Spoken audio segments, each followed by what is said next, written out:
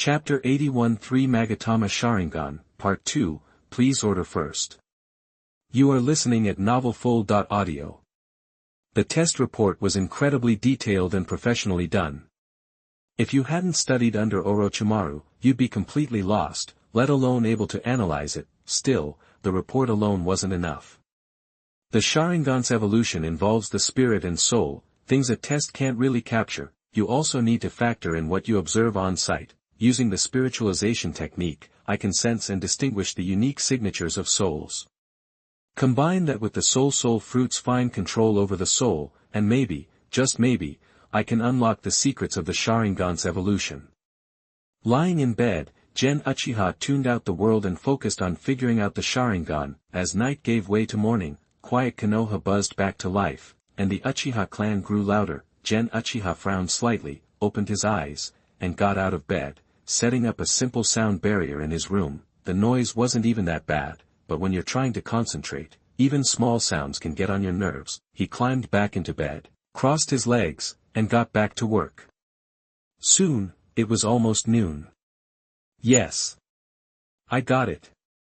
I know the secret to the Sharingan's evolution.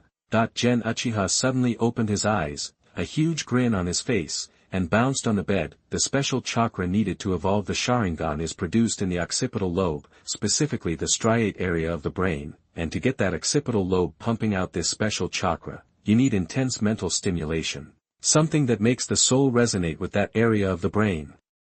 Gen Uchiha wasn't sure what term to use other than resonance. The bottom line is, when the occipital lobe is firing off this special chakra, the surface of the soul in that area has a unique signature, unlike anything you'd see in a normal soul. So, could I skip the whole soul-body connection by mimicking that signature wave on the soul's occipital lobe? If I could, that'd be a game changer. Even without the Mangekyo Sharingan, the soul fruit could slowly make me a powerhouse, but in this world of crazy eyes, who doesn't want a pair of souped-up eyeballs? Imagine giving someone the stink eye and getting them pregnant. How awesome would that be? Being strong is cool and all, but looking good is forever.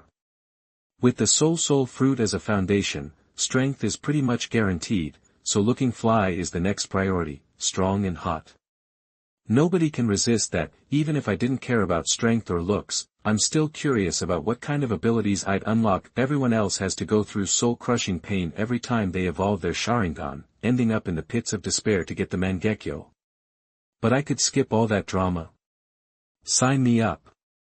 If people with the Mangekyo Sharingan could trade it to bring back someone they cared about, they'd do it in a heartbeat. What's better than finding something you thought you'd lost?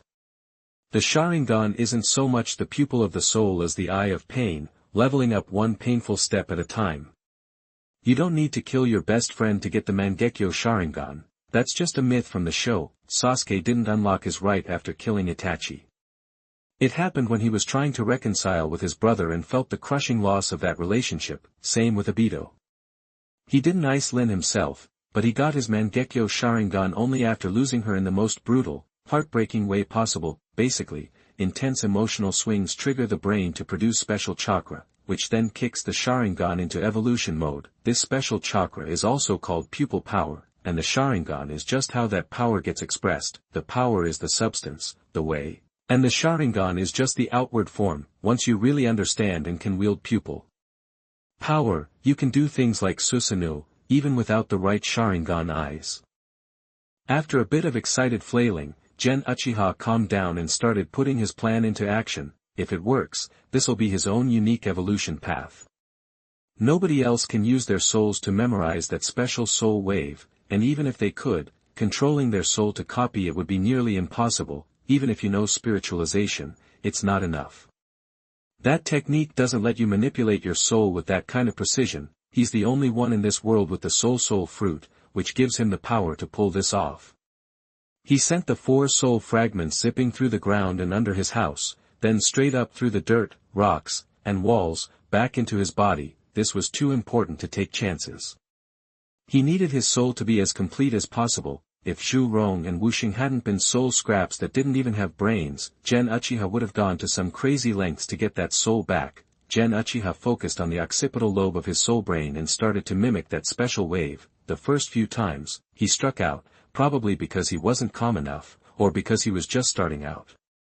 But on his 7th try, he nailed the fluctuation. Holding that wave, Uchiha started to feel his head heating up, and soul power was draining into the wave. After a few breaths, special chakra formed in the occipital lobe and blasted down the optic nerve towards his eyes. Instantly, Uchiha's eyes morphed into 2 Magatama Sharingan, the special chakra flooded his eyes, and it felt icy cool. But as more soul power poured in, the cool feeling turned into a burning fire. The 2 Magatama Sharingan spun faster and faster, and the burning gradually faded. After a few more breaths, the rotation reached its peak. When the Magatama lined up, the spinning stopped, and 2 new Magatama materialized out of nowhere. Uchiha saw the world with crystal clarity. He stopped manipulating his soul and jumped off the bed, walking over to the mirror by the door. He checked himself out and saw 3 inky black Magatama in each eye. Yes. I did it. I did it. Stoked, Uchiha booked it to the bigger bedroom and did a bunch of somersaults to let off steam, but it still wasn't enough. He ran straight up the wall to the ceiling, parallel with the roof, then cut the chakra to his feet, did a 360 spin in the air, and finished with a sick combo before he finally cooled down. The idea worked, the experiment was a success, and a clear path lay before him. How could he not be hyped? If the 3-Tomo Sharingan was doable, then the Mangekyo Sharingan was definitely within reach, and even the Eternal Mangekyo Sharingan. The Rinnegan was probably out, since that involved more than just the Uchiha bloodline, but with the Eternal Mangekyo Sharingan, the Rinnegan wasn't totally impossible. With the Eternal Mangekyo Sharingan and the Soul Fruit, could getting the Rinnegan really be that hard? 6th path level wasn't out of the question, it just used up a ton of soul power, like 2/3 of his stash. That was the soul power of 1,000 people. Most were just ordinary people, but about 1/3 were ninja souls. The 3-Tomo took that much power. How much would it take for the Mangekyo and the Eternal Mangekyo? Yikes, thinking about it gave him goosebumps. Then again, he was lucky his Sharingan could even evolve like this, thanks to the soul stuff. Fine. First, take out the bad guy ninjas, then the rich merchants and nobles. He refused to believe that wouldn't be enough. Having made up his mind, Uchiha sat back down and started sorting through the chakra given back by the Sharingan's evolution. That was the bloodline limit at work. Every time it leveled up, the ninja's chakra would increase, and it would keep increasing for a while, especially for guys like Uchiha, who were still in their prime. Everyone's strength plateaus at different ages. Generally, if you're still growing, you're still getting stronger at a crazy pace. After sorting through the chakra boost, tidying up his room, throwing on some fresh threads, and letting Zhu Rong and Wuxing run around the living room, Uchiha left the house and headed straight for Konoha's busiest shopping street. It was almost lunchtime, and today was a good day, so he was going to treat himself to a fancy restaurant. He didn't want to abuse the main character, and he wanted to give him a different Sharingan evolution path. The original evolution was too dark. Don't worry too much about the logic, just enjoy the ride. Chapter 82 Want Them All. First order required. You are listening at novelfull.audio. It's lunchtime in Konoha's shopping district, and the air is thick with delicious smells. Even though snowflakes are falling and the wind is biting, the lively crowds are still out in force, eager to shop. Uchiha strolled down the street, a smile playing on his lips, searching for the perfect spot to eat. He was dressed in a black trench coat with silver accents, his Kusanagi sword strapped to his waist, and the Leaf Village headband secured on his forehead. He openly admired the attractive women he passed, his gaze direct and appreciative, never leering. It was a shame it was winter. The girls were bundled up in heavy clothes, leaving little more than their pretty faces to be seen. Unless someone was exceptionally curvy, there wasn't much to show off. Uchiha Gen's handsome and confident demeanor seemed to disarm any potential offense. Instead of bristling at his attention, the women often returned his gaze with a sweet smile. Some of the bolder ones even lingered a moment, sizing him up. With a little effort, he probably could have won them over, but he'd only be turning 14 in the new year. For the sake of his future well-being, he needed to be careful and protect his youthful innocence. 18 was too long to wait, 16 seemed like a reasonable compromise. Hey, senpai, Uchiha Gen turned at the sound of a familiar voice and saw Enko approaching. She was accompanied by two other women, Yuhi Kurenai and Yuzuki Yugao. Enko wore a beige puffer jacket, Kurenai a light red one, and Yugao a lavender one. All three were skilled, strong-willed kunoichi, radiating an air of competence. Enko was the most outgoing, Kurenai was quiet and lovely, and Yugao possessed a delicate beauty. Together, they made a striking trio on the bustling street. I knew it was you, senpai. I was worried I might have been mistaken. When did you get back to the village? Enko sauntered up and playfully thumped Uchiha Gen on the chest.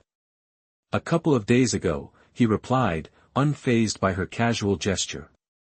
He then turned to the other two with a smile. Kurenai, Yugao, it's been a while. Kurenai smiled softly. It has. We haven't seen you around lately. Yugao added, I didn't catch you at the Uchiha compound last time I was there. You must be really busy. A subtle happiness shone in her eyes as she smiled. Yeah, things have been hectic. I've been out of the village on missions for Lord Orochimaru. What brings you three together today? Oh, senpai, haven't you heard? I'm a Chunin now. Enko announced, puffing out her chest. I passed the exam a while ago, but we're just now getting around to celebrating. Kurenai and Yugao were free, so I invited them along. Enko clearly reveled in her achievement. And she had every right to be proud. Becoming a Chunin at 12 was a sign of true genius. Congratulations, then. Are you heading to the dessert shop to celebrate? Yep. It's cheap, delicious, and cheerful, Enko said, sticking out her tongue and licking her lips in anticipation.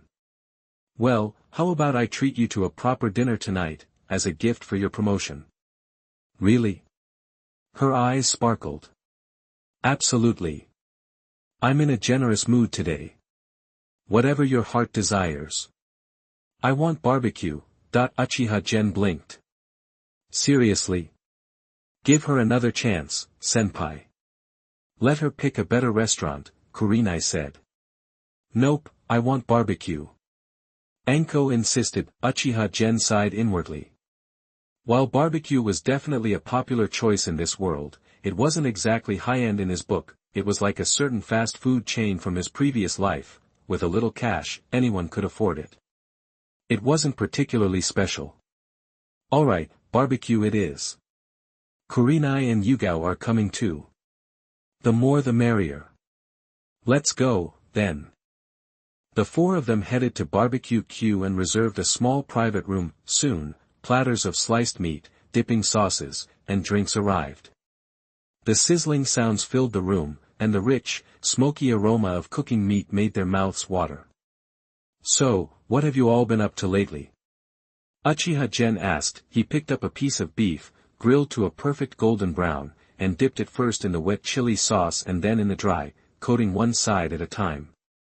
He popped it into his mouth, savoring the complex flavors. He liked his barbecue this way, enjoying the interplay of salty, spicy, hot, tender, and savory. I've been working my butt off getting ready for the Chunin exams. I've been leading a team on missions, Kurenai said. I'm on a mission with Kurenai's team, Yugao added. How's it feel to be a squad leader? Uchiha Gen asked, grabbing a piece of lamb and repeating his dipping ritual. It's a huge responsibility. It feels like walking on eggshells, Kurenai admitted. Kurenai is a great and responsible captain, Yugao chimed in. Uchiha Gen turned to Yugao. Yugao, you're pretty close to Chunin level yourself, aren't you? I'm still a ways off. Maybe a year or two, she replied, then hesitated. Gen, would you happen to have some time this afternoon? I'd like to ask you some questions. Sure. We can take a break after lunch and head to the training grounds, he agreed. Yugao was from a commoner family, and it was difficult for her to improve her skills on her own. As a classmate and a beautiful woman, he was more than happy to offer some guidance. Of course, he wouldn't just hand over secret ninjutsu, genjutsu, or the like. A few pointers to make a good impression would be fine, but he didn't want to come across as a total simp. What comes too easily is never valued. If they wanted to learn advanced techniques, they'd have to pay the price. The same went for Kurenai and Anko. He wasn't about to teach genjutsu that wasn't part of the Yuhi clan's tradition, nor would he reveal ninjutsu he'd learned from Orochimaru. The three women were his friends, but not close enough to warrant giving away valuable techniques. I want to come too. Kurenai said, raising her hand excitedly. The last time they'd practiced, her genjutsu skills had improved noticeably, and her father had praised her for it. She wasn't about to miss another opportunity. If you're all going, then I'm going too, Anko declared. Great. Let's all go together. Amidst the lively conversation, they quickly finished their meal, everyone feeling satisfied and full. After paying the bill, Uchiha Gen and the women found a bench to sit on while they digested their food. They knew they shouldn't do anything too strenuous immediately after eating. They'd head to the training grounds in an hour. He gave each of them individual guidance, starting with the theory behind the techniques and then moving on to practical exercises. During the sparring sessions, Uchiha Gen noticed that the three of them had excellent synergy as a team. Yugao excelled at swordsmanship and taijutsu, Kurenai was a master of visual genjutsu, and Anko was skilled in fire-release ninjutsu and snake-based techniques, the latter of which gave her a valuable ability to detect enemies. As they rested in the shade of a tree, Uchiha Gen stroked his chin thoughtfully. What would you guys think about me being your Jonin leader? If these three were his subordinates, he could get to know them better. Was this how one found their life partner? If he had the opportunity, why not seize it? Having multiple wives and enjoying a different experience every week, what man wouldn't want that? During his travels around the ninja world, he'd seen that the nobles weren't just having fun, many of them were downright perverted. He wasn't a pervert, he just wanted to enjoy himself. The nobles could do it, so why couldn't he? As long as he was strong enough and his body could handle it. Besides, the Uchiha clan was one of the most powerful families in the ninja world, and thus one of the noble families of the Land of Fire. But their customs were more in line with the traditions of ninjas, not nobles. Some of the top families in Konoha were noble families of the Land of Fire, with the Senju, Uchiha, and Hyuga among the most prominent. The three women stared at him, stunned. Chapter 83. Well, I want them all, First Order requested. You are listening at novelfull.audio. Alright, let's hear what you all think. Uchiha Gen rolled his eyes, a little irritated. Hong was the first to jump in, giving her honest opinion. Working under a Jonin gives you a ton of opportunities to learn, you improve fast, it's safer, you get more respect, faster promotions, and better rewards. Plus, I've already been in your squad on the Kirigakure battlefield, so my classmates are used to it. If it's an official transfer, I'm all in. But you're part of the police force, right? That means you can't lead a team during peacetime, can you? Uchiha nodded slightly, a confident glint in his eye. Don't sweat it. I'll figure out a way to make it work. Shiyen, what do you say? Shiyen grinned. Of course, I'm game. We're close in age, we get each other, and we're pretty tight. And if I remember correctly, a squad leader can teach their team members ninjutsu, right? Being from the Uchiha clan, and one of the Uchiha twins, your ninjutsu library must be epic, right, Gen? There's gotta be something in there that's perfect for me. Gen Uchiha didn't mind Yuzuki Yugan's forwardness. He chuckled, if you earn it, I'm not gonna hold back any ninjutsu. A team leader passing down ninjutsu to their subordinates is the easiest way for regular ninjas to learn them. But they have to earn that approval, of course. Anko, your thoughts? Even though Anko was likely to agree, he still had to ask, out of respect. You're my older brother figure and my classmate. Of course, I'm in. Besides, I'm stoked to be with Hong and Shiyen. We're all around the same age, we're all girls, and we were all in the same class, so we've got a lot in common. Gen Uchiha laughed to himself. That's because you're not fighting over guys, yet, if that happened, it'd be a real soap opera. Of course, he couldn't say that out loud. As the captain and the only guy on the team, if he played it right, he could play all sides and come out on top. But if he messed it up, things would get tough fast. Uchiha Gen was confident he could handle it. And if it got too crazy, he could always use some genjutsu to calm things down. In a war between women, trying to reason with anyone is a fool's errand. Reasonable women do exist, but good luck finding one. Alright, it's settled. I'll get the ball rolling. Are you sure about this? Zaihong asked, sounding a little anxious. She really wanted it to happen. Gen Uchiha, as a jonin, would handle the toughest missions, while the three of them would tackle the less dangerous ones, and being all girls, things would be way easier on missions. They all had good temperaments, so arguments would be rare.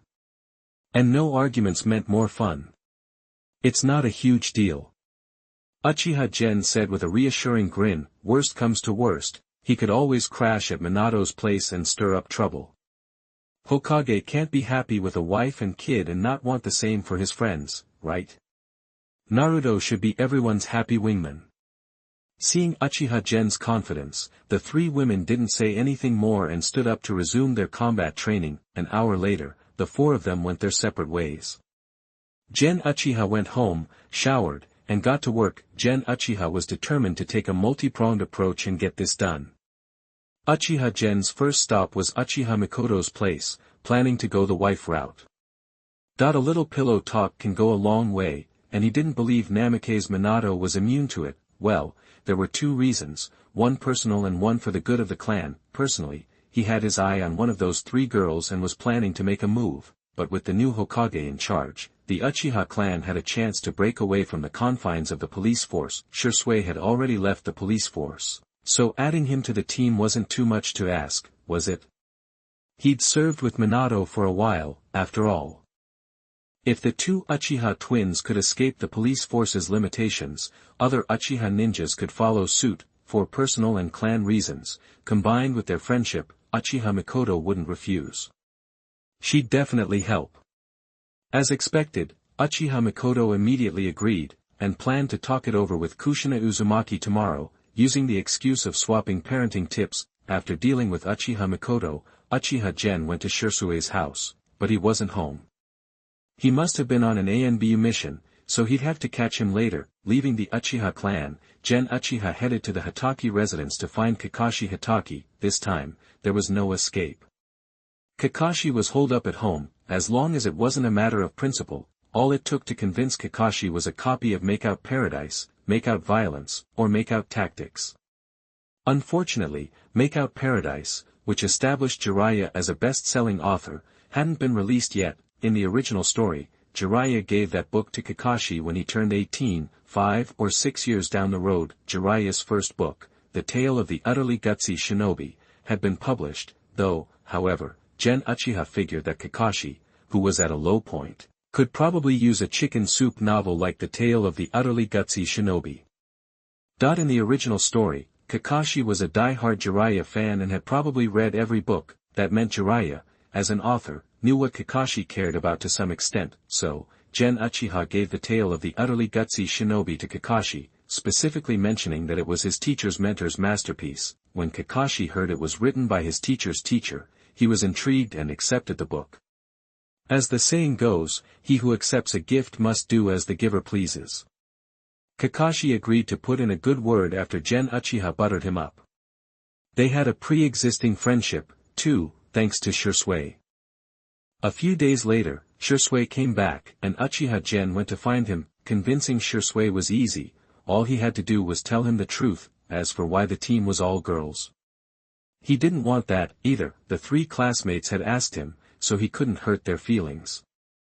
After all, the girls had already put their pride aside. Shisui was easily convinced by Gen Uchiha, because of Minato Namake's character. Shisui, his disciple, dared to give advice to Minato Namake's, so, Uzumaki Kushina, Kakashi, and Uchiha Shisui took turns singing Uchiha Gen's praises and giving Minato vaccinations about the team. Uchiha Gen found time to visit the Hokage building again and have a chat with Namake's Minato. Namake's Minato secretly sent someone to get Yuhi Kurinai and Yuzuki Yugao's opinions, taking into account their past friendship and the fact that this was a good opportunity to strengthen the bond with the Uchiha clan and reduce conflict. He agreed to Gen Uchiha's somewhat outrageous request. Yes, forming an all-girl team was pushing it, even for Minato. Up to this point, no ninja team had been made up entirely of girls. due to the scarcity of female ninjas. A team usually had at most one girl. More often, teams were all boys, with no girls at all. If a beautiful Chunin and Genin were transferred from their original teams, their old teammates might get a little salty. After all, most male ninjas prefer to team up with pretty female ninjas. After receiving the Hokage's appointment letter, Gen Uchiha had the title of squad leader in addition to being the police force's deputy captain. A Jonin squad leader and an ANBU squad leader really made the Uchiha clan feel the difference in Minato. Namikaze, the Hokage, the ninjas of the Uchiha clan were happy and extremely supportive of Minato Namikaze, the fourth Hokage. Chapter 84 Xian is a handsome guy, First Order requested. You are listening at novelfull.audio. In fact, Shisui Uchiha was strong enough to be not just an ANBU squad leader, but even a captain, maybe even a minister. Of course, becoming a deputy minister or minister required more than just power. It involved considering the big picture, connections, accomplishments, and political savvy. Regardless, he was definitely captain material. However, Minato Namikaze, wanting to earn Hiruzen Sarutobi's trust, didn't want to make sweeping changes to the ANBU directly under the Hokage, so, a compromise was reached. Shisui remained squad leader, but his status as a Hokage disciple ensured respect within ANBU, and no one dared mess with him. Minato's reign was short, and he hadn't accomplished any major feats, but he brought a new and vibrant energy to the village. With a new team forming, a celebration was in order. Gen Uchiha decided to host a get-together at his place for the three girls. They all went shopping for ingredients together and helped with the preparation. Gen insisted on making the broth. The others were clueless about hot pot. That evening, the four of them gathered in Gen Uchiha's backyard. It wasn't large, with a garden on the left and a pond on the right. Being the coldest month of winter, the lotus flowers had withered, but the wintersweet in the corner was blooming, emitting a delicate fragrance. Clumps of green bamboo swayed in the cold wind, dusted with snow, creating a rare beauty in the heart of winter. The table on the wooden deck took up the entire walkway, with 4 cushions neatly arranged. In the center sat a simmering hot pot, emitting fragrant steam. Plates of sliced meats, vegetables, and tofu surrounded it. Along with the dipping sauces, bowls, chopsticks, and drinks, it felt lively despite the tight space. Gen Uchiha and Enko sat on one side, Kurenai and Yugao on the other. They all sat cross-legged, relaxed and comfortable, grabbing their favorite ingredients, cooking them in the pot, and popping them into their mouths, reluctant to spit them out even when they were too hot. This is amazing. It's almost as good as barbecue, Enko said, eyes narrowed with pleasure as she chewed on a piece of lamb. Yeah, it's so good, really good, Yugao agreed. It's not just delicious, in this weather, with the wind howling and snow falling, eating something hot and tasty makes you feel warm and happy, said Kurenai. Coming from a rich family, Gen, you sure know how to enjoy the finer things, Kurenai said, her eyes smiling. Has nothing to do with being rich. It's just about being romantic and appreciating life, right? We're ninjas, always facing life or death situations, so we should be kind to ourselves. Gen Uchiha picked up a large piece of lamb with his chopsticks, dumped it into the hot pot, and grabbed his glass of milk with a smile. The three women agreed. Even with their different backgrounds, they could still treat themselves well within their limits. With you around, Gen, can we take on A-rank missions?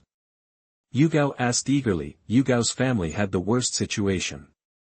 Her father had died in the war, leaving her and her mother to rely on each other.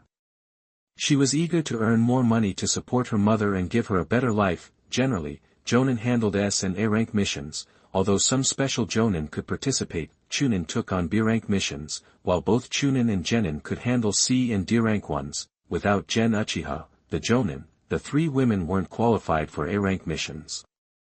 Maybe, but I think we should get used to it first. Our teamwork isn't perfect yet. A-rank missions are dangerous. Be careful. Enko said, swallowing the fish in her mouth with a smile. Enko's right. You guys should take on more C and B-rank missions to hone your skills. Once we have a better understanding of each other, then we can move on to A-rank missions.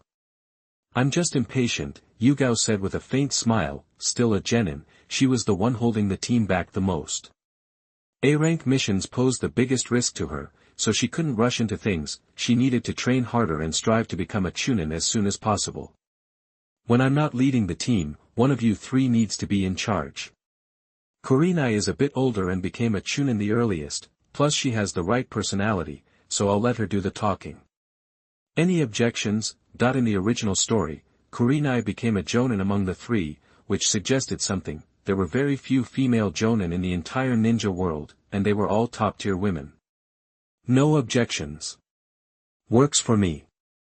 Anko was too busy eating to say much. They all knew each other well, and both women recognized Kurenai's strength, ability, and wisdom. Uchiha was about to pick up some food but suddenly stopped, his hand frozen mid-air. He had changed the three women's life trajectories. What if something unexpected happened?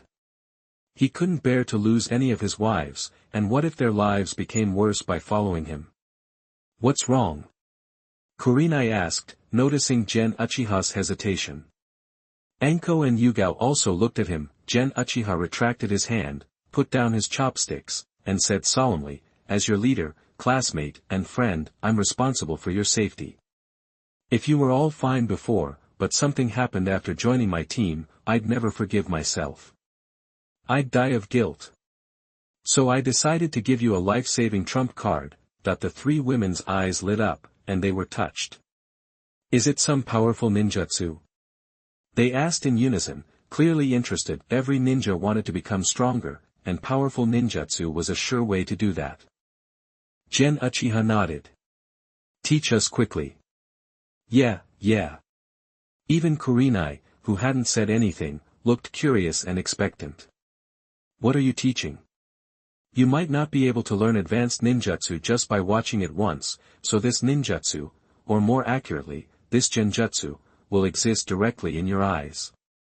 Uchiha rolled his eyes. The three women were a little disappointed at first, but they quickly recovered. After all, it was a life-saving trump card, and they wouldn't complain. Why does it exist in our eyes? Kurenai asked curiously. Although Anko and Yugao didn't speak, their faces were full of curiosity. In their eyes? That was incredible. Look into my eyes. The three women looked over. Uchiha's eyes transformed into Three-Tomo Sharingan. The Sharingan spun rapidly, and the three women's expressions shifted, becoming dazed. Transfer seal. This sealing technique was unique to the Uchiha clan. It required a Sharingan to cast. It allowed you to seal a technique into your own eyes or the eyes of others. When the set conditions were met, it would automatically activate. When Madara Uchiha left Konoha, he took many of the Uchiha clan's secret techniques, but the clan had backups of most of them, including the transfer seal. Training the transfer seal was difficult. Those below the Mangekyo Sharingan needed to have fine chakra control, while those above it needed precise statistical control. As one of the Uchiha clan's prodigies and a disciple of Orochimaru, Gen had access to almost all of the clan's ninjutsu, except for a few forbidden techniques. Uchiha obtained the transfer seal from the clan when Orochimaru gave him a ninjutsu scroll for the second time, around the time the Hokage position was being decided. Alright. Uchiha snapped his fingers, and the three girls woke up suddenly. Do you feel any different? No. Me neither. The three women talked among themselves. If you could feel it, what would be the point? I used the sealing technique unique to the Uchiha clan and the Sharingan.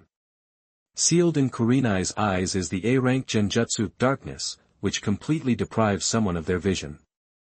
Sealed in Anko's eyes is the A-rank genjutsu shiranui, which makes the enemy burn with fire.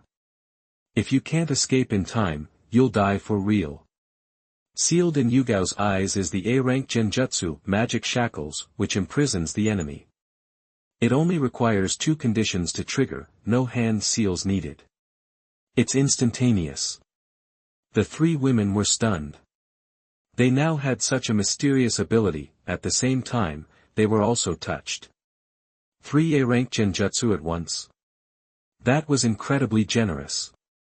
He truly cared about their safety. It consumes a lot of chakra, and it takes a lot out of me. I think I deserve a reward. Gen Uchiha's eyes had returned to normal, his dark eyes sparkling. What kind of reward? Yugao asked, feeling the most moved. Nothing too crazy. How about you take turns feeding me for the rest of the meal? The three women exchanged glances, communicated briefly, and then nodded. It was a small price to pay compared to the safety he was offering them. What conditions do we have to meet to trigger it? Anko asked. First, you have to stare into the enemy's eyes. Second, you need to acknowledge that Gen is a handsome guy. You can say it out loud or think it silently. The three girls. How could there be such unique conditions? What's with that look? Seriously, am I not handsome? The technique I left behind could save your life, isn't that awesome? Gen Uchiha said solemnly, trying to keep a straight face. The second condition was nonsense, but he figured they wouldn't know the difference. They didn't understand the transfer seal anyway. The three women exchanged glances and could only say in unison, handsome, but they still felt a little embarrassed and awkward. Then that settles it.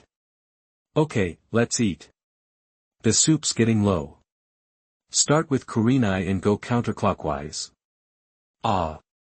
Gen Uchiha waved his hand, then placed his dipping sauce in the middle, and opened his mouth. Under the gaze of the three women, Kurenai, blushing, picked up a piece of hot lamb from the pot, dipped it in the sauce, and placed it in Gen Uchiha's open mouth. Success.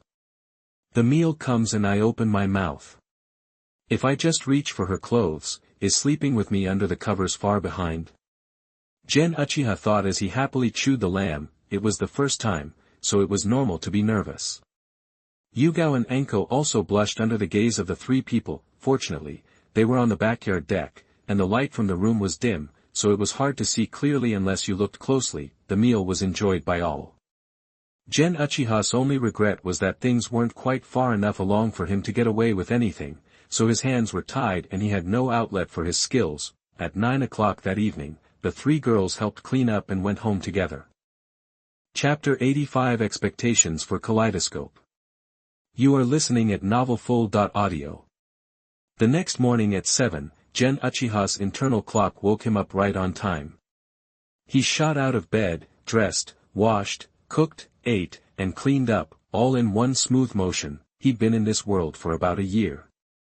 Gen felt his biggest accomplishment was kicking his butt-in-bed syndrome and procrastination habits. Thanks to the life-or-death stakes. Back in his old life, with all that free time, he'd sleep till noon. Then he'd lie there for another 40 minutes, like his but was superglued to the mattress. Leaving the village and his police duties behind, Gen Uchiha reached the snow-covered forest. He found a hollow tree, ordered Zhu Rong and Mu Xing to patrol the area, then wove hand seals and used the soul transformation technique to split off half his soul. The translucent soul rose from his head, soared skyward, pierced the void, and merged with the snowy sky. It sped across vast forests, mountains, and rivers, hundreds of miles in a flash, arriving in Baishir town for the third time. Activating the soul's sensory abilities and pinpointing his targets, it split again, heading for 2 hotels, one north, one south. Soon, he controlled 2 Chunin-level Nami ninjas. They met outside the village and quickly headed towards Konoha. The other 2 puppets were beyond repair, corpses by now, their blood solidified, bodies stiff. Spiritual control was impossible. He just grabbed 2 new, unlucky replacements. At 10:30 a.m., Uchiha Gen, controlling the 2 puppets, reached the secret research base. He ripped off the black cloaks from the corpses and dressed his puppets in them. The 2 then headed for the east and west research rooms. Hearing the commotion, Uchiha Yuichi and Uchiha Mori, bound to crosses, lifted their heads. Their eyes were bloodshot, pupils a scarlet swirl. They glared at the approaching figures in black robes. Before his last departure, Uchiha Gen ordered Mu-I and Mu-Er to feed them. Otherwise, they would have starved. Ignoring their hateful stares, the puppets knocked them unconscious. Then, he pulled out steel-reinforced rope from the research room drawer, bound their hands and feet, carried them out of the research room and off the base, leaping towards the land of whirlpools. Once the 4 were gone, Uchiha Gen appeared at the entrance of the research base. Mu-I and Mu-Er greeted him, kneeling on one knee. Master. You've done well with the tasks I gave you. Excellent work. Gen Uchiha waved his hand, using the power of the soul fruit to stabilize their souls and lifespans, even adding some years to them. Thank you, Master. Good. Now's not the time for you to be seen. Stay near the base for now. When the time is right, you can come with me and do chores like cleaning the yard. Yes, Master. Serving Gen Uchiha was the best bet for the homies. Their lifespans were limited, and only he could extend them, otherwise, they would die quickly. Go find a new place nearby that you like. Also, don't get cocky in the forest. No fierce beasts or psychic creatures eat wood, but they won't hesitate to tear you apart if you piss them off. These two homies weren't powerful fighters, worse than Genin. Their defense was decent because the wood used to make them was pretty hard. Yes, Master. The two wooden men happily went off to play in the forest. The new homies were curious about the world. The lower their intelligence, the more curious they were. Watching them bound away, Uchiha Gen smiled.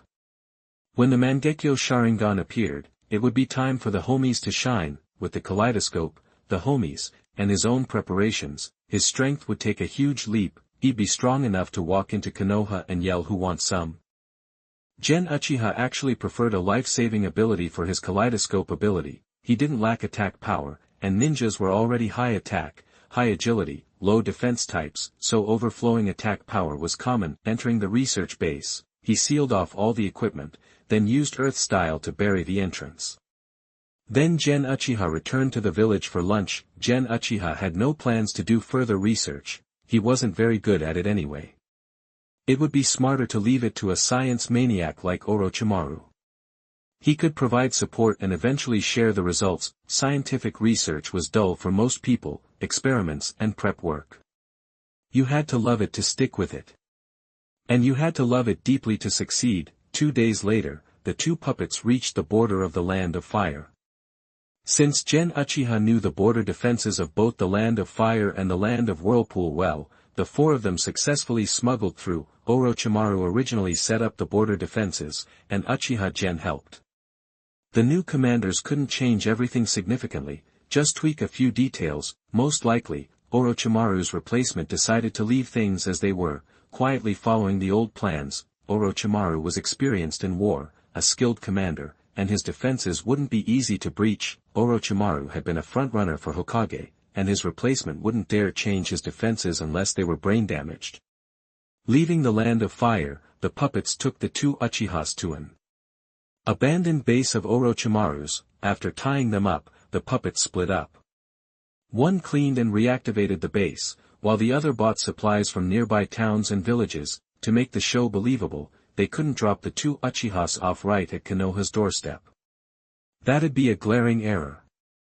Kirigakure would have to be insane to set up a base so close to Konoha. The transition zone between the Land of Fire and the Land of Whirlpool was more likely. It was a no-man's land, a mixed bag, a haven for criminals and opportunists. The lack of oversight led to a strange prosperity. Resources were easy to buy as long as you had money. It was a paradise for the rich, hell for the poor, and a playground for adventurers. Peaceful days flew by, at least for the people of the great ninja villages. A year passed, and it was January 1st, Konoha year 51, New Year's Day. There weren't many festivals in this world, but New Year's was the biggest. Like the spring festival back in Gen Uchiha's old life, Konoha was decked out in lanterns and decorations. Shops held sales. From the ninja village leadership to the common people, everyone took a break. If they could, the streets of Konoha were even more crowded than usual, the commercial districts packed. It was like a train station during the spring festival, people bumping into each other, bustling, a perfect crowd. Uchiha Gen planned to enjoy himself. After the new year, he'd leave the village to collect soul power for his Mangekyo. He had no idea how much soul power the Kaleidoscope needed, so he needed to prepare early, before the Night of the Nine Tails if possible. The recent plot might seem a little boring, maybe drawn out. The main reason is that I don't want to force conflict. Given the protagonist's current identity, background, and strength in Konoha, it would take a very cruel person to deliberately target him. And Danzo isn't that clumsy. The author's writing ability may not be enough to make the relatively plain plot in daily life vivid and interesting, which makes it a bit awkward. Chapter 86 The Hokage Building is not clean anymore. You are listening at novelfull.audio. On New Year's Day afternoon, the Uchiha clan forest in Konoha echoed with kids' laughter and the mouth-watering smell of barbecue. Gen Uchiha was grilling with his 3 young ninja students. How'd the mission go? Gen asked, flipping the sizzling meat. You even have to ask. Total win. Anko chimed in proudly, mid-bite. Good to hear you're working well together, but don't get cocky. Anko, follow Hong's lead as team captain and listen to your teammates. Anko just shrugged. Yeah. Seriously, you're only a year older, but you're always lecturing. Can't even stop talking with a mouthful of barbecue, huh? Then the dessert I brought is all ours. Okay, I was wrong. Anko quickly conceded. Hong and Xian chuckled. Dessert was Anko's weakness. Watching it, but not being able to eat it, was like a death sentence for her. Heads up, I'm probably heading out of Konoha in a couple of days, tops. Orochimaru-sensei needs me for something. Gen used Orochimaru as his excuse again. Why does sensei always send you out on errands? He never asks me. Anko grumbled, rolling her eyes. And why would he ask you? Come on, you know why. Gen shot back, not pulling any punches with Anko. Anko was instantly silenced. She was still too weak. She needed to get stronger so she could actually help her sensei and her teammates. When will you be back? Hong asked, tucking a strand of hair behind her ear. It's a pretty involved thing. No set date, could be 6 months, maybe 8 or 9. He'd be back before the Ninetales attack, one way or another. That's so long. Xian's smile faded. I know, but it's important to sensei, and it'll be good for me, so I can't half-ass it.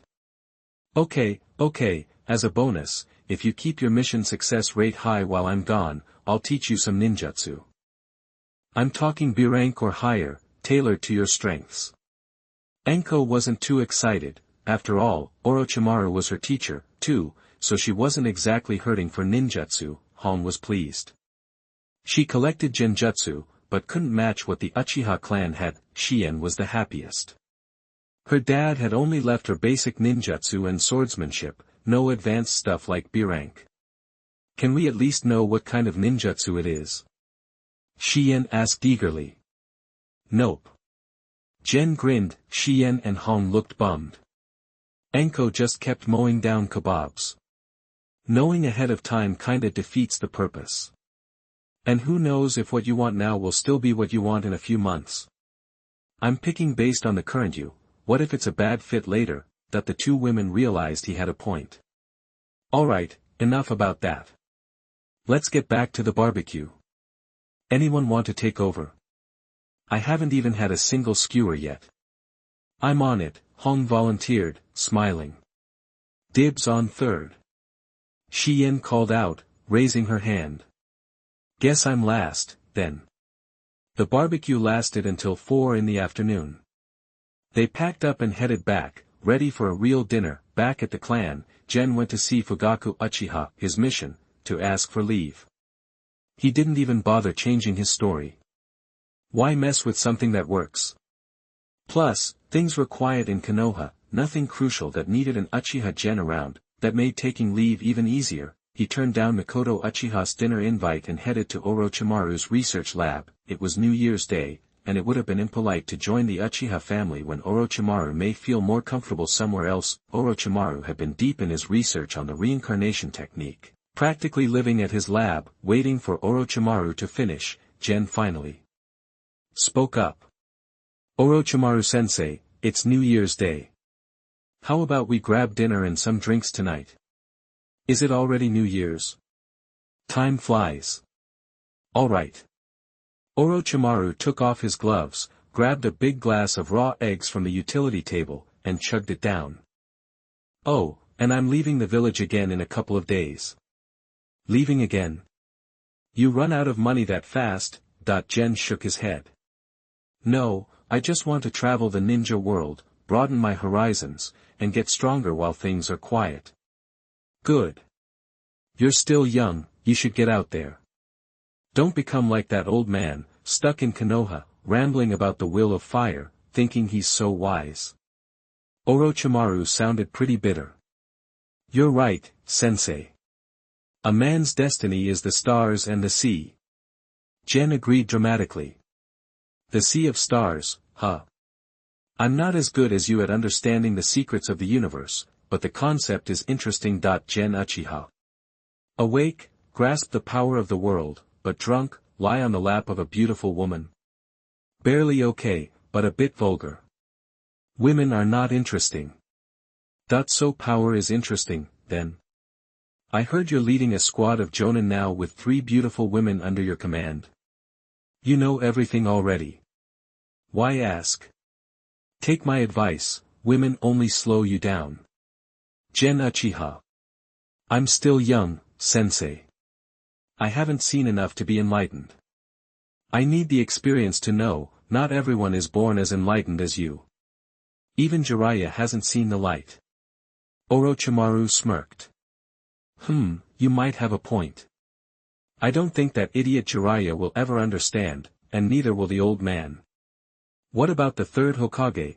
Orochimaru's golden eyes gleamed. Maybe it was time for his student to see his master's true colors. He lowered his voice and said, peeping. Still spying on you with ninjutsu.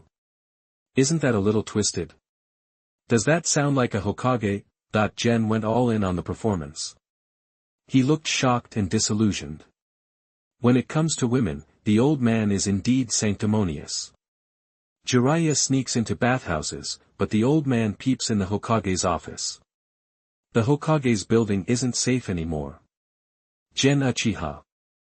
Damn, the resentment was strong. Enough about that. I'm leaving on the pretense of running errands for you. If anyone checks, please back me up. Fine. I'll head over to your place to cook. I'll contact you later through a summoning. What do you want to eat? Anything with eggs or egg-based dishes. And apples for dessert. Got it, sensei. See you later. Chapter 87 The Capital of Vortex. You are listening at novelfull.audio. On January 3rd, in Konoha's 51st year, the village was still buzzing with activity at 9 in the morning, but Uchiha Gen quietly slipped away. Once he was outside Konoha, Gen stood on the very top of a huge tree and called out softly, Zhu. Yes, master. A flash of red, and Zhu appeared. The dragon rapidly grew in size, and Gen Uchiha leaped onto its back. As Zhu took flight, the wind howled, making Gen's windbreaker flap, but he didn't feel the cold. Zhu radiated heat, keeping it at bay. Zhu headed southeast, toward the land of whirlpools. By midday, Whirlpool City was in sight. Zhu thrives by absorbing flames, and Uchiha feeds him a mix of regular fire and chakra-infused flames. This way, even if they encounter a ninja who can absorb chakra, they won't be able to completely neutralize Zhu fire blasts. Whirlpool City used to be the capital of the land of whirlpools. Unlike other countries, the land was named after the Uzumaki clan, so Uzushio village shared its fate when it fell. These days, Whirlpool City is a chaotic place, but within that chaos, there's a unique kind of order and prosperity. What kind of order? Money talks, and strength reigns supreme. Zhu landed in the mountains several miles outside Whirlpool City, and Gen Uchiha made the rest of the journey on foot, heading straight into the heart of the chaos. The land of whirlpools was never a major power, so its capital isn't that large, only about half the size of Shirai Castle, a major city in the land of fire. The city's layout resembles the swirling pattern of the Uzumaki village. The closer you get to the center, the better the living conditions. Whirlpool City is essentially divided into 3 tiers. The outer rim is where struggling civilians and petty thugs scrape by. The line between civilian and thug is pretty blurry out here. You might be a civilian during the day and a thief at night. Or, if the price is right, you might be a thug around the clock. Basically, Anyone who survives in Whirlpool City is a bit shady and has their own survival tactics. The Outer Rim is also where you'll find most of the workshops and factories. Sewage runs in the streets, garbage piles up everywhere, and the environment is pretty rough. The middle tier is a melting pot of merchants, rogue ninjas, samurai, gang leaders, disgraced nobles, service workers, spies, you name it. This is the most complex and volatile part of the city, the very heart of Whirlpool City's chaos. Fights and killings are everyday occurrences, but it's also the most bustling area, with shops packed tight and every kind of transaction imaginable going down. At night, the neon lights blaze, and the parties go on until dawn. The inner tier is the smallest, but it's where the big shots of Whirlpool City live. These are the bosses who control everything. Naturally, the environment is the best. Before entering Whirlpool City, Uchiha used a transformation technique to become a powerful-looking middle-aged man, tall and imposing, wearing a black samurai uniform and a long sword at his waist. They say you can't judge a book by its cover, but let's face it, people do it all the time. If he strolled into Whirlpool City looking like his normal self, he'd be asking for trouble. He's not afraid of a fight, but Uchiha prefers to keep a low profile. His plans require discretion. Whirlpool City is a notorious hive of scum and villainy in the ninja world and home to informants from every major power, including the 5 great ninja villages. Getting the attention of the 5 great nations right off the bat would be bad news. With Uchiha's new appearance and getup, nobody messed with him on his way from the outer rim to the middle tier. He looked like a warrior you didn't want to cross. Sure, some might suspect a transformation technique, but unless there's a good reason to risk it, nobody wants to bet on whether you're a sheep in wolf's clothing. World Hotel. Uchiha looked up at the flashing neon lights and the gaudy, gold-lettered sign and smirked. It might not be the biggest place, but it sure acted like it, though it was one of the best in the area. Uchiha took a deep breath and strode towards the hotel, walking like a predator with confidence and power. 2 tall, heavily made-up women in low-cut red dresses and black stockings greeted him at the gold-plated entrance, bending low and saying, their artificial curves trembling slightly. Which was a pretty eye-catching sight. "Welcome to the World Hotel, honored samurai," thought their voices were sultry and inviting. It was a little over the top, but not unpleasant. Uchiha gave a slight nod, not above enjoying the view. The hotel lobby continued the theme of the sign and entrance, awash in gold, exuding the flashy, over-the-top wealth of a nouveau riche. 2 rows of male and female waiters stood in the hall.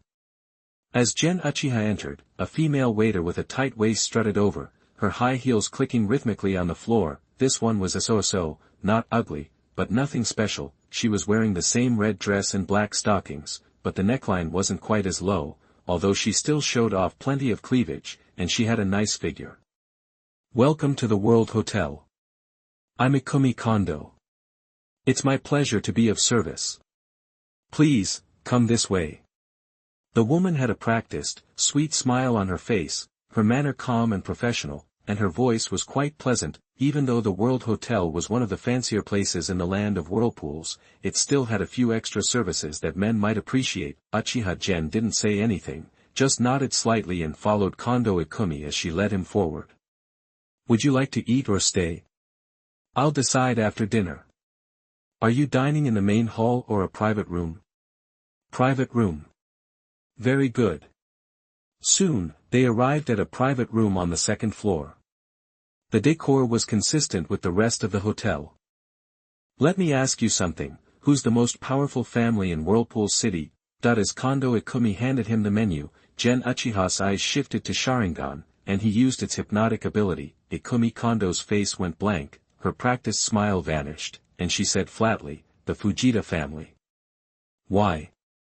"The Fujita family controls more than 1/3 of the grain and contraband trades in the land of whirlpools." Uchiha nodded.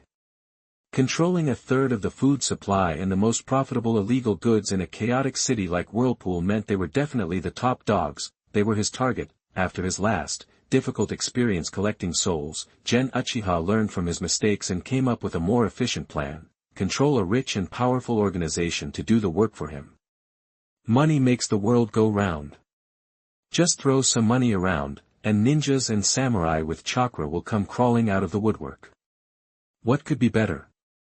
Forget everything that just happened. You were just daydreaming.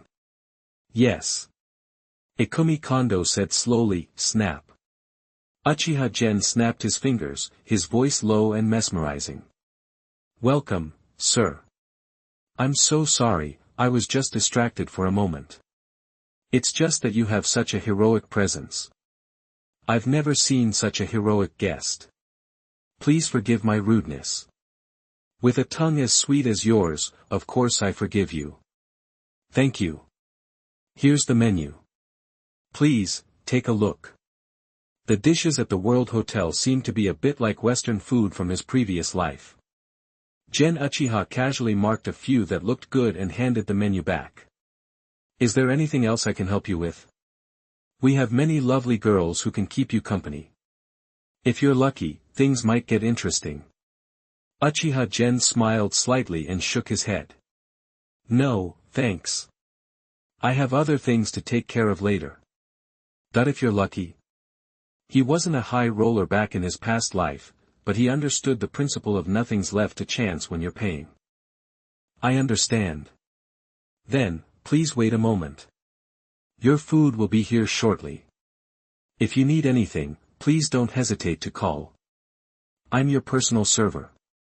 Ikumi Kondo gave him another wink before turning and sashaying out of the room. Gen Uchiha remained unmoved. He wasn't exactly in the right age range anyway, and even if he were, he wouldn't. It's not about being prudish. As long as everyone's healthy and the encounter is consensual, it's just a transaction. When you can get something better, why settle? But it did make him wonder, if the Sharingan's hypnosis is so powerful, why aren't all Uchiha ninjas sex-obsessed? Why aren't other ninjas with hypnosis or illusion abilities addicted? If they weren't, they could use it to get rich. Wasn't it that simple? Instead, the ninjas all just dutifully carried out their missions.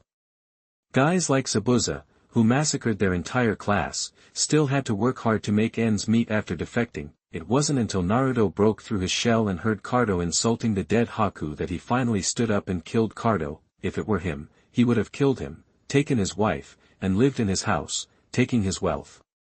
You could argue that ninjas were just used to being slaves, or that the world had done a really good job brainwashing them. Tools, that's what ninjas were. Chapter 88. Use every possible means. You are listening at novelfull.audio. After polishing off a late lunch, Uchiha Gen tipped the server, paid the bill, and strolled out of the World Hotel. He wasn't in any rush to make his move. It was still broad daylight, and mayhem was best served after dark. So, he just wandered around the mid-level district of Whirlpool City, taking it all in. The place reminded him a bit of old Shanghai from those TV shows he'd watched in his past life, glitzy, booming, but with a weird, off-kilter vibe. The rich were throwing money around like it was nothing, lost in their own little worlds. Truth be told, the whole ninja world was kind of like that. The gap between the haves and have-nots was massive, and tensions were always simmering.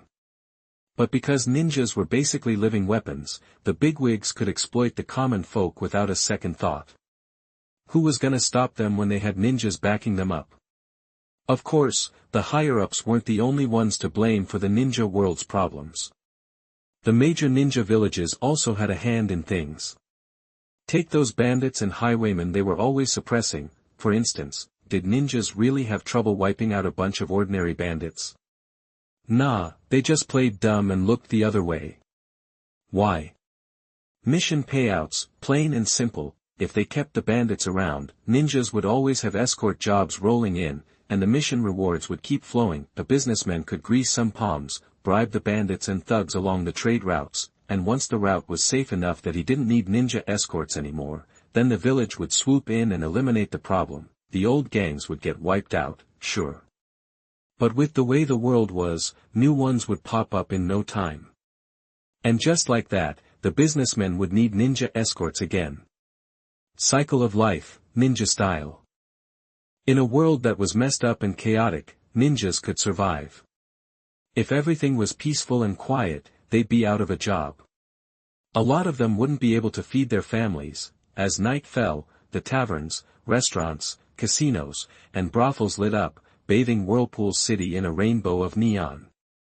People from all walks of life, finally done with their day's grind, came out to unwind and have a good time. The place was hopping, way more lively than during the day. It put the Konoha shopping district to shame. Even on a regular day, Uchiha spent a couple of hours just walking around, keeping an eye out. Nobody bothered him. Not even a beggar asked for spare change, probably because he looked pretty intimidating after his transformation. 7 feet tall, broad shoulders, thick waist, not exactly the approachable type. Plus, that handsome face of his had a way of saying, "Stay away." When it was finally pitch black, Uchiha, having had his fill of the sights, turned and headed for the inner district, the Fujita family's place. No need to ask. It had to be in the heart of the inner circle. The more screwed up a place was, the stricter the social ladder. He got to the inner district, found a quiet alley, dropped the transformation, slapped on a mask, and used his camouflage concealment technique. Then, he started moving fast toward the inner core. Soon enough, he spotted a mansion with the brightest lights in the whole area. He slipped past the guards, found a servant in fancy clothes, and hypnotized him. Turns out, he was in the right place. He also got the servant to spill the beans on the head of the Fujita family, including his name and habits. An hour and a half later, Fujita Nishio, head of the Fujita family, walked into his study in the backyard. Calm, collected, with a civil air, he settled into his comfy boss chair to take care of family business. Fujita Nishio looked to be about 50, with a stern face, graying hair and beard, and a tall frame. He was wearing a black suit and a blue striped tie. He had a commanding presence, much more impressive than Kato from the original story. Suddenly, the lights in the study flickered and went out. Fujita Nishio frowned, about to say something, when he saw a pair of Sharingan eyes glowing red in the dark. 3 tomo swirling in each eye. Then, his expression went blank, his face became dull, the lights came back on, scattering the darkness. Uchiha, wearing his mask, was sitting with his legs crossed on the chair opposite the desk. The Sharingan eyes were still spinning. For ninjas, Genjutsu is a technique that uses chakra to mess with someone's senses, screw up their chakra flow, and trap them in a hallucination. But what about regular people who don't have chakra? Does it just not work? Not at all. The difference in spiritual power between a ninja and a regular person is so huge that the ninja doesn't even need to use chakra. They can just use their mental power to mess with them directly. It's super hard for a regular person to break free from a genjutsu on their own. First, they have to spot the flaws in the illusion. Then, they need to have the willpower to slowly make those flaws bigger and bigger until the whole illusion falls apart. If they can't do both of those things, they're stuck in the dream. To make sure he had total control over Sayang Fujita, Uchiha used his powerful spiritual power to rewrite one of Fujita's memories using genjutsu. In this new memory, the Fujita family's success in Whirlpool City wasn't just due to Uchiha secretly pulling the strings. Behind Uchiha was Kaleidoscope village, ready to decide the Fujita family's fate at any moment. It was a pain to build a whole fake memory with genjutsu, but it was worth it. This way, he could stay completely hidden. Fujita Nishio would be the public face. As long as no one checked Fujita Nishio's mind, no one would know what was really going on. He couldn't use the spiritualization technique right now. It couldn't take over someone's body permanently, only temporarily. So, it wasn't the right tool for the job. 15 minutes later, the Sharingan eyes disappeared. Uchiha snapped his fingers, Fujita Nishio snapped awake. When he saw Uchiha, he shot to his feet and bowed, his voice full of respect. "My lord." "Good." Uchiha nodded, crossed his legs again, and said calmly, "Xiang, Kaleidoscope village has a job for you." "Anything, sir." "I'll do my best. We need materials for human trials. I want you to use your connections to find out how many people are killed or go missing in Whirlpool City every day. Find out the ratio of ninjas to non-ninjas. Then, you need to get your hands on some of those people without anyone noticing. You can do it however you want. Lie, kidnap, hire, recruit. I don't care. Just get it done." "Yes, sir." The main thing is not to alert the other ninja villages or scare the people who've come to Whirlpool from all over. We need to be subtle, so the proportion is key. Based on your experience, what percentage won't raise any eyebrows? Fujita Xiang lowered his head. Sir, I think if 1/10 of the people who go missing and die every day, it will not attract attention. Gen Uchiha frowned. Too low. Then 1/7, sir, I can't do any more. Any more, my men won't be able to cover it up with their abilities. Fine. 1/7 it is. Sir, what kind of people do you want? Ideally, missing nin, rogue ninja, or samurai with chakra. Second choice, anyone who's strong and whose disappearance wouldn't raise too many questions. Don't bother with anyone who's weak or whose disappearance would cause a fuss. Yes, sir. Chapter 89 Familiarity with you. You are listening at novelfull.audio. The conditions Nishio Fujita outlined made it nearly impossible to find reasonably responsible, ordinary people, in this chaotic city. While the disappearance of regular folks wouldn't raise too many alarms, they generally weren't tough. Those with any real strength were gangsters, wanted criminals, thieves, robbers, or disgraced samurai, shady characters already living on the fringes. There was no way around it. The number of rogue ninja, wandering ninja, and chakra-wielding samurai in the capital was limited. Trying to round them all up at once would attract attention from the 5 great ninja villages, plus, it would spook future marks, making them harder to con. These rebellious and roaming ninja who'd survived the ninja world's chaos weren't stupid. A few disappearances were one thing, but a whole group vanishing would blow the whole operation. The 5 great villages were always on edge anyway. Any missing person would trigger a secret investigation. They might not find anything right away, but they'd eventually trace it back to Fujita Nishio, forcing Uchiha to silence him prematurely. So, a slow and steady harvest of souls and lifespans was the way to go. It was secretive and safe.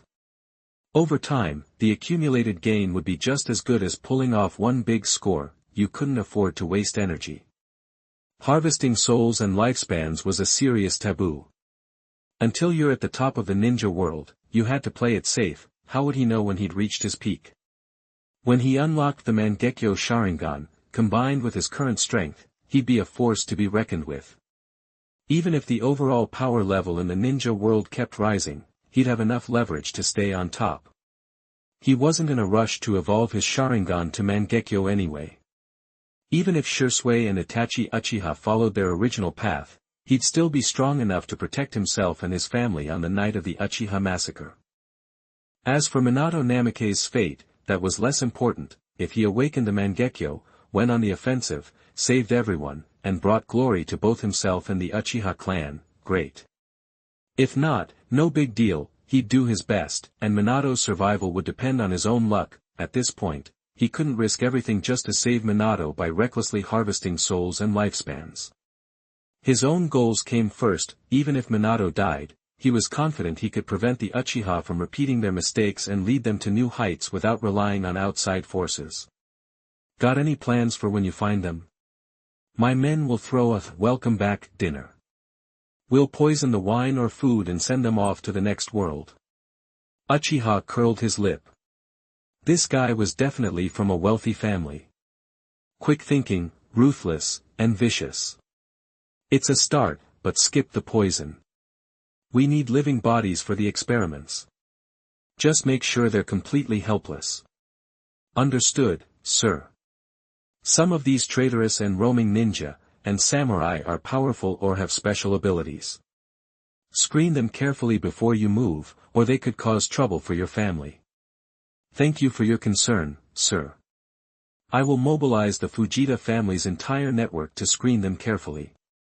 Alright, how long until you get the first batch? 3 days, tops. Good. I'll be back. Uchiha Gen stood up, made a hand seal, and disappeared. The half-open window swung open.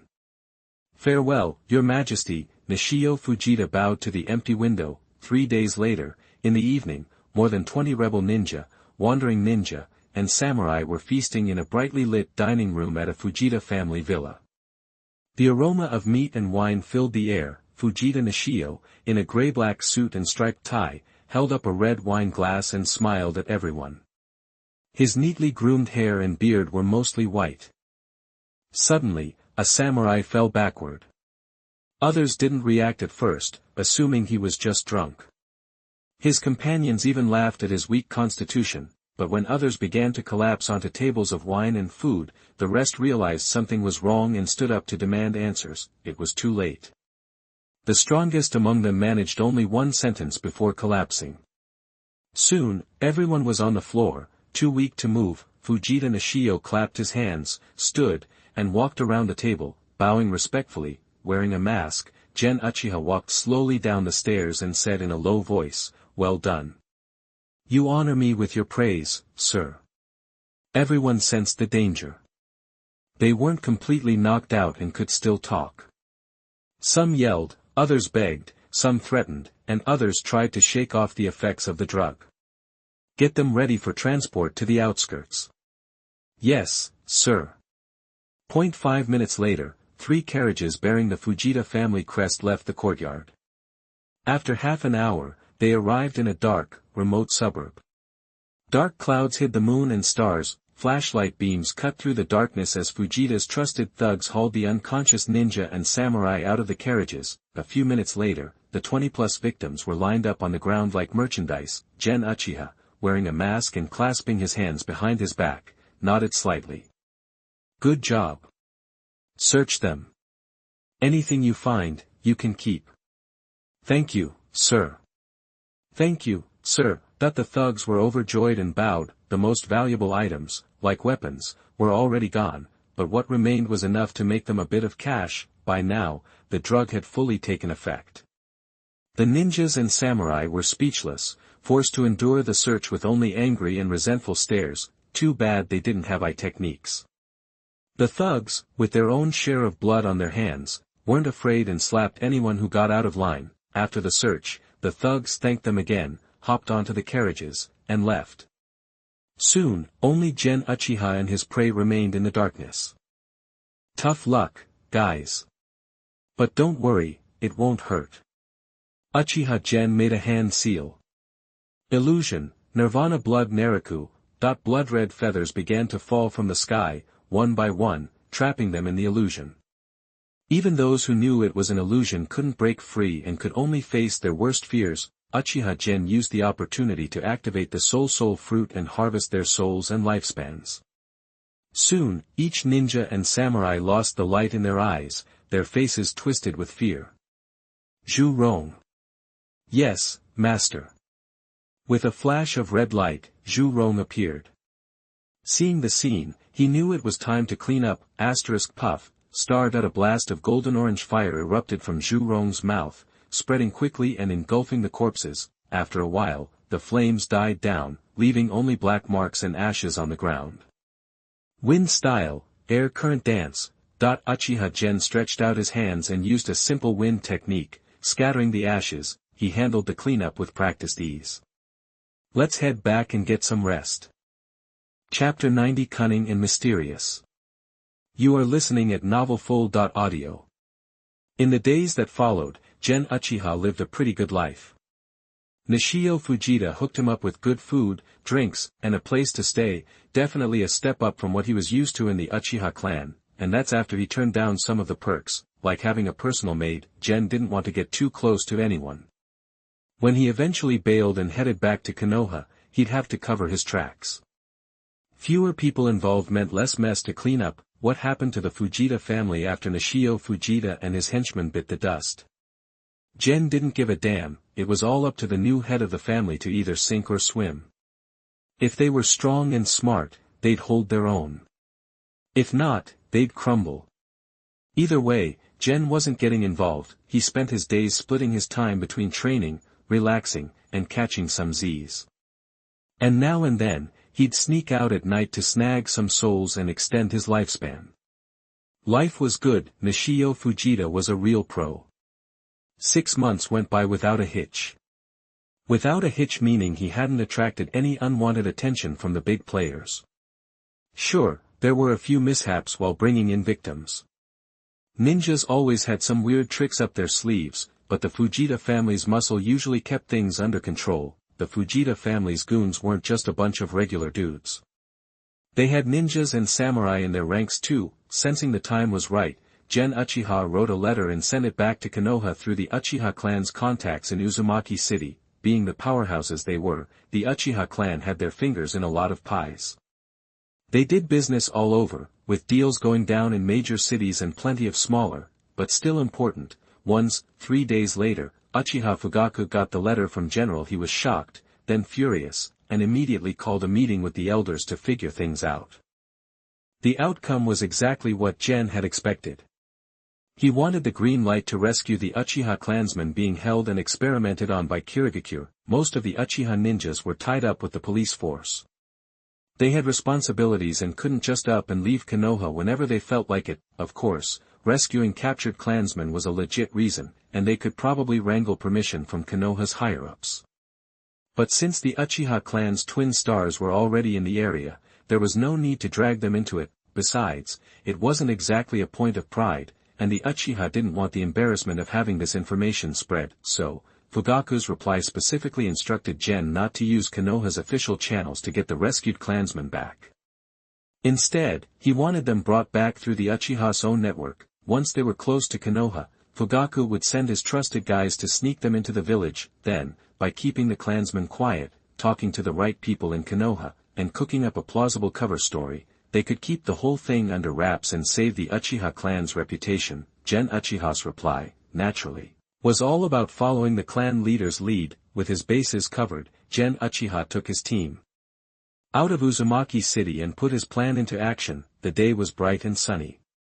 Gen Uchiha led his people to the secret research base where the two Uchiha were being held. He engaged the ninjas controlled by the mind control technique in a full-blown battle. Kunai and shuriken flew through the air, explosive tags detonated, and fire, wind, earth, and water ninjutsu tore up the forest.